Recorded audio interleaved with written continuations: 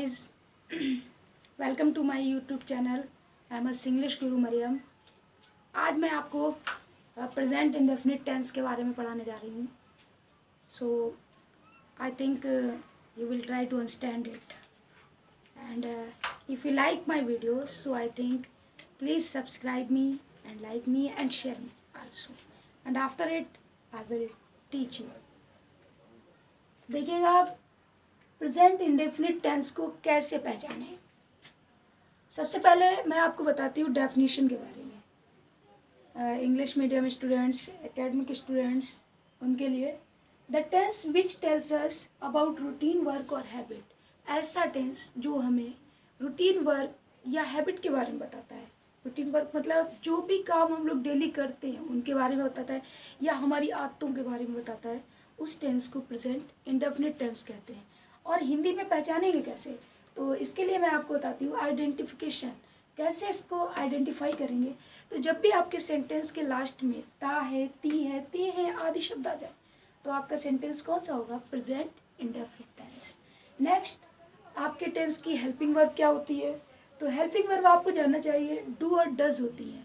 तो देखिए, जब भी डू का यूज़ कहाँ करना है और डज का यूज़ कहाँ करना है, तो डू का यूज़ प्लूरल सब्जेक्ट के साथ करेंगे कि अगर आपका सब्जेक्ट आई दिया गया है, वी दिया गया है, यू दिया गया है, दे दिया गया है, तो इनके साथ में आपको डू को यूज़ करना है। और अगर आपका सब्जेक्ट सिंगुलर दिया गया है, ही है, शी है, इट है, या कोई नेम है, या फिर कोई अदर सिंगुलर नाउन है, तो उनके साथ डज का यूज़ करेंगे। और इसके बाद मैं बताना चाहूँगी कि अगर आपका आप इस टेंस में मैन वर्ब का यूज़ कैसे करेंगे। तो मैन वर्ब आप वर्ब की फर्स्ट फॉर्म का यूज़ करते हैं। प्रेजेंट इंडेफिनिट टेंस में वर्ब की फर्स्ट फॉर्म का यूज़ किया जाता है। और कुछ आपके नोट पॉइंट हैं जो इसमें स्पेशल है, वो आपको याद रखना है। It is very important points for you. Like this, अगर आप सिंपल सेंटेंस बनाने जा रहे हैं प्रेजेंट इंडेफिनिट टेंस का, तो मैं बताना चाहूँगी कि सिंपल सेंटेंस में आपको हेल्पिंग वर्ब का यूज़ नहीं करना है, डू और डज नहीं लगाना है। और नेक्स्ट, अगर आपका सिंपल सेंटेंस में सब्जेक्ट सिंगुलर है तो उसके साथ वर्ब की फर्स्ट फॉर्म में एस या ई एस को लगाना है। और अगर आपका सब्जेक्ट प्लूरल है तो आपको वर्ब की फर्स्ट फॉर्म यूज़ करना है। देखिए, स्ट्रक्चर किस तरीके से सेंटेंस क्रिएट करना है, तो स्ट्रक्चर को जानना बहुत ज़रूरी है। जैसा कि आपके सामने लिखा है, सबसे पहले आपको सब्जेक्ट लिखना है, फिर मैन वर्ब लिखना है। आपको मैंने बता दिया मैन वर्ब की कैसी फॉर्म लिखेंगे। अगर सब्जेक्ट सिमिलर है तो वर्ब की फर्स्ट फॉर्म में एस या यस लगाना है। अगर आपका सब्जेक्ट प्लूरल है तो वर्ब की फर्स्ट फॉर्म ही लिखनी होगी। इसके बाद आप ऑब्जेक्ट लिखेंगे, फिर अदर वर्ड्स लिखेंगे। अच्छा, देखिए, इसी के साथ साथ मैं बताना चाहूँगी कि मैंने सिर्फ आपका फर्स्ट टाइप का ही स्ट्रक्चर लिखा है और बाकी मैं आपको डिफाइन कर दूँगी। डिफाइन ये करना है कि अगर आप इसका निगेटिव बनाते हो तो सब्जेक्ट के बाद आपको helping verb plus not plus man verb plus object plus other words का यूज़ करते हैं।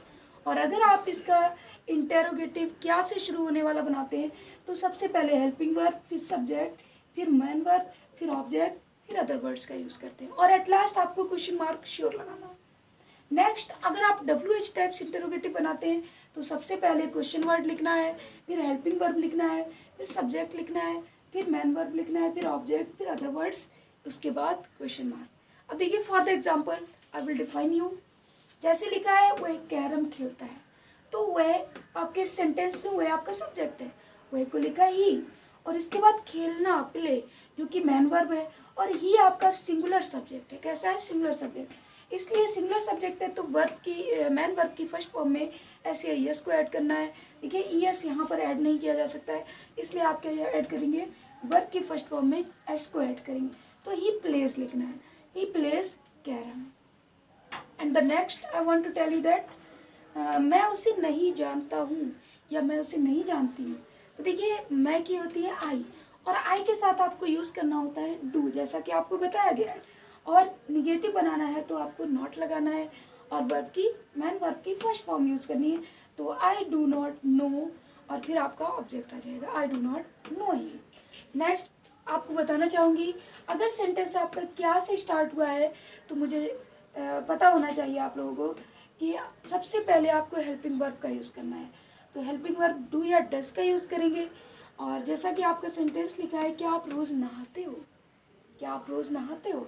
तो सबसे पहले आपके अकॉर्डिंग डू यूज़ किया जाएगा, फिर आपका यू सब्जेक्ट आएगा, फिर आपकी मैन वर्ब आएगी, फिर आपका अगर ऑब्जेक्ट दिया गया ऑब्जेक्ट, नहीं तो अदर वर्ड्स आ जाएंगे। फिर नेक्स्ट, तुम वहाँ क्यों जाते हो? देखिए क्वेश्चन वर्ड आपका बीच में आया है, और इस टाइप का सेंटेंस जब भी आप बनाएंगे तो सबसे पहले क्वेश्चन वर्ड को लिखा जाता है। तो सबसे पहले आपको वाई लिखना है, फिर आपका सब्जेक्ट के अकॉर्डिंग वर्ब लिखी गई है, डू लिखी है, फिर यू लिखा है, फिर आपकी मैन वर्ब लिखी है, फिर अदर वर्ड्स लिख दिया है क्योंकि ऑब्जेक्ट नहीं दिया गया है। नेक्स्ट आपको मैं एक चीज़ और बताना चाहूँगी कि सिंपल प्रेजेंट जब भी बनाते हैं और जब भी इसमें कौन वाला सेंटेंस आता है, इसको हम सिंपल की भी तरह बनाते हैं। जैसे लिखा है तुम्हें हिंदी कौन पढ़ाता है, तो हु को मान लेते हैं सिंगुलर सब्जेक्ट, और हु को सिंगुलर सब्जेक्ट मान लिया, इसीलिए वर्ब में हम क्या करते हैं, ऐसे ई एस ऐड करते हैं। देखिए टीच लिखा हुआ है सी एच, इसलिए इसमें ई एस जोड़ दिया, हु टीचेस कर दिया है, हु टीचेस यू हिंदी। और अगर दूसरे तरीके से बनाना चाहें तो who does teach you Hindi, ये भी बन जाएगा। और एक और थर्ड मेथड है कि आप यू के अकॉर्डिंग तो आप बना सकते हो who do you teach Hindi, ऐसे बन जाएगा।